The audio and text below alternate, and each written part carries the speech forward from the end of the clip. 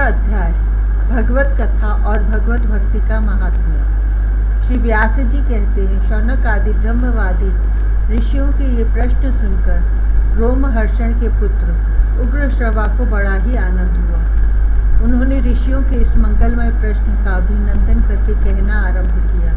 सूत जी ने कहा, जिस समय श्री शुकदेव जी का यज्ञोपवीत संस्कार भी नहीं हुआ था, सुतरां लौकिक वैदिक कर्मों के अनुष्ठान का अवसर भी नहीं आया था। उन्हें अकेले ही संन्यास लेने के उद्देश्य से जाते देखकर उनके पिता व्यास जी विरह से कातर होकर पुकारने लगे, बेटा बेटा। उस समय तन्मय होने के कारण श्री शुकदेव जी की ओर से वृक्षों ने उत्तर दिया, ऐसे सबके हृदय में विराजमान श्री शुकदेव मुनि को मैं नमस्कार करता हूँ।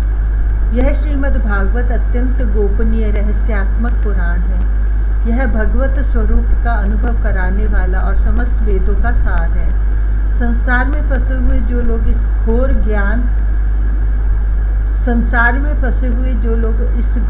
अज्ञान अंधकार से पार जाना चाहते हैं, उनके लिए आध्यात्मिक तत्वों को प्रकाशित कराने वाला यह एक अद्वितीय दीपक है। वास्तव में उन्हीं पर करुणा करके बड़े बड़े मुनियों के आचार्य श्री शुकदेव जी ने इसका वर्णन किया है। मैं उनकी शरण ग्रहण करता हूँ। मनुष्यों में सर्वश्रेष्ठ भगवान के अवतार नर नारायण ऋषियों को, सरस्वती देवी को और श्री व्यास देव जी को नमस्कार करके तब संसार और अंतःकरण के समस्त विकारों पर विजय प्राप्त कराने वाले इस श्रीमद् भागवत महापुराण का पाठ करना चाहिए।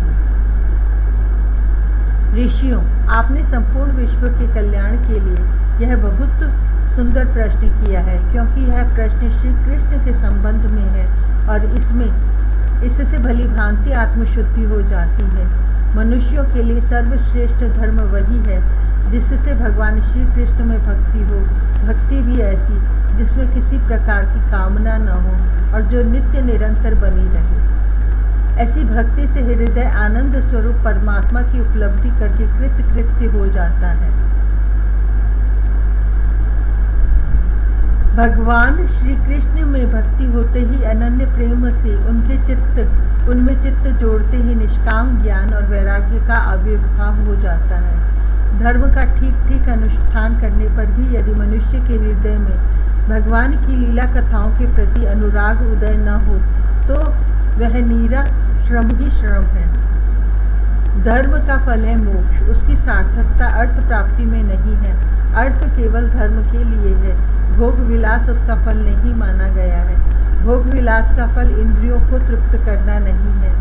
उसका प्रयोजन है केवल जीवन निर्वाह। जीवन का फल भी तत्व जिज्ञासा है।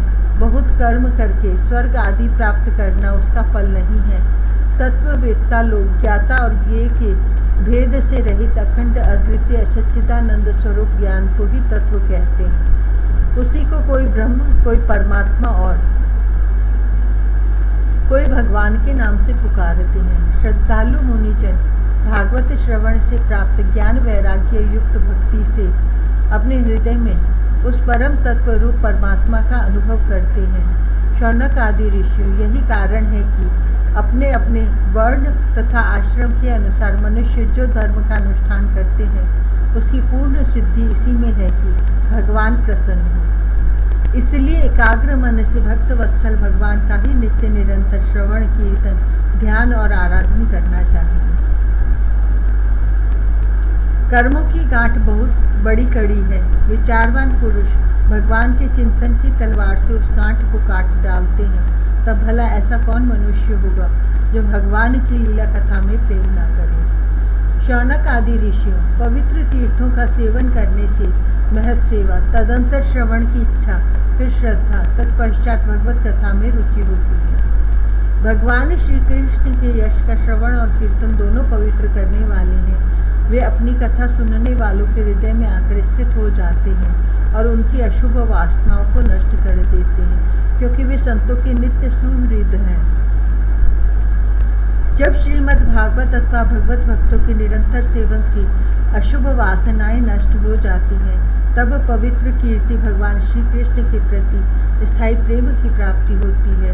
तब तब रजोगुण और तमोगुण के भाव, काम और लोभ आदि शांत हो जाते हैं और चित्त इनसे रहित होकर सत्व गुण में स्थित एवं निर्मल हो जाता है। इस प्रकार भगवान की प्रेममयी भक्ति से जब संसार की समस्त आसक्तियां मिट जाती हैं, हृदय आनंद से भर जाता है, तब भगवान के तत्व का अनुभव अपने आप हो जाता है।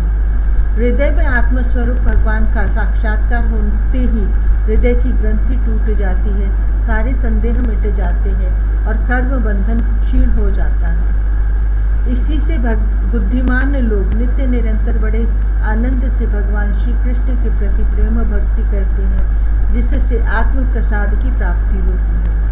प्रकृति के 3 गुण हैं, सत्व, रज और तम। इनको स्वीकार करके इस संसार की स्थिति, उत्पत्ति और प्रलय के लिए एक अद्वितीय परमात्मा ही विष्णु, ब्रह्मा और रुद्र, ये 3 नाम ग्रहण करते हैं। फिर भी मनुष्यों का परम कल्याण तो सत्व गुण स्वीकार करने वाले श्री हरि से ही होता है।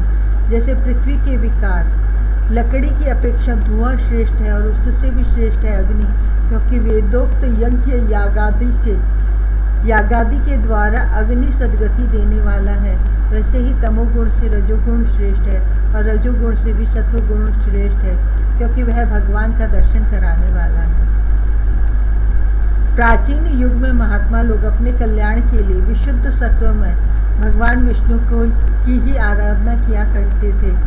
अब भी जो लोग उनका अनुसरण करते हैं वे उन्हीं के समान कल्याण भाजन होते हैं। जो लोग इस संसार सागर से पार जाना चाहते हैं वे यद्यपि किसी की निंदा तो नहीं करते, न किसी में दोष ही देखते हैं, फिर भी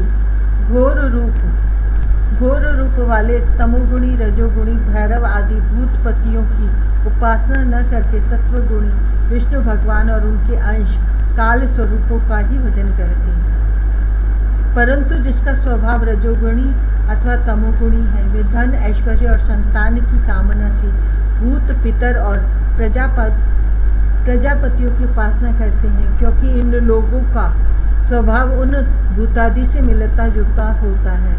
वेदों का तात्पर्य श्री कृष्ण में ही है, यज्ञों के उद्देश्य श्री कृष्ण ही है, योग श्री कृष्ण के लिए ही किए जाते हैं और समस्त कर्मों की परिसमाप्ति भी श्री कृष्ण में ही है।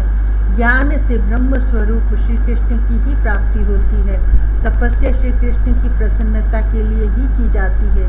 श्री कृष्ण के लिए ही धर्म का अनुष्ठान होता है और सब गतियाँ श्री कृष्ण में ही समा जाती हैं। यद्यपि भगवान श्री कृष्ण प्रकृति और उसके गुणों से अतीत हैं, फिर भी अपनी गुणमयी माया से जो प्रपंच की दृष्टि से है और तत्व की दृष्टि से नहीं है, उन्होंने ही स्वर्ग के आदि में इस संसार की रचना की थी। ये सत्व, रज और तम तीनों गुण उसी माया के विलास हैं। इनके भीतर रहकर भगवान इनसे युक्त सरीखे मालूम पड़ते हैं। वास्तव में तो वे परिपूर्ण विज्ञान आनंद घन है।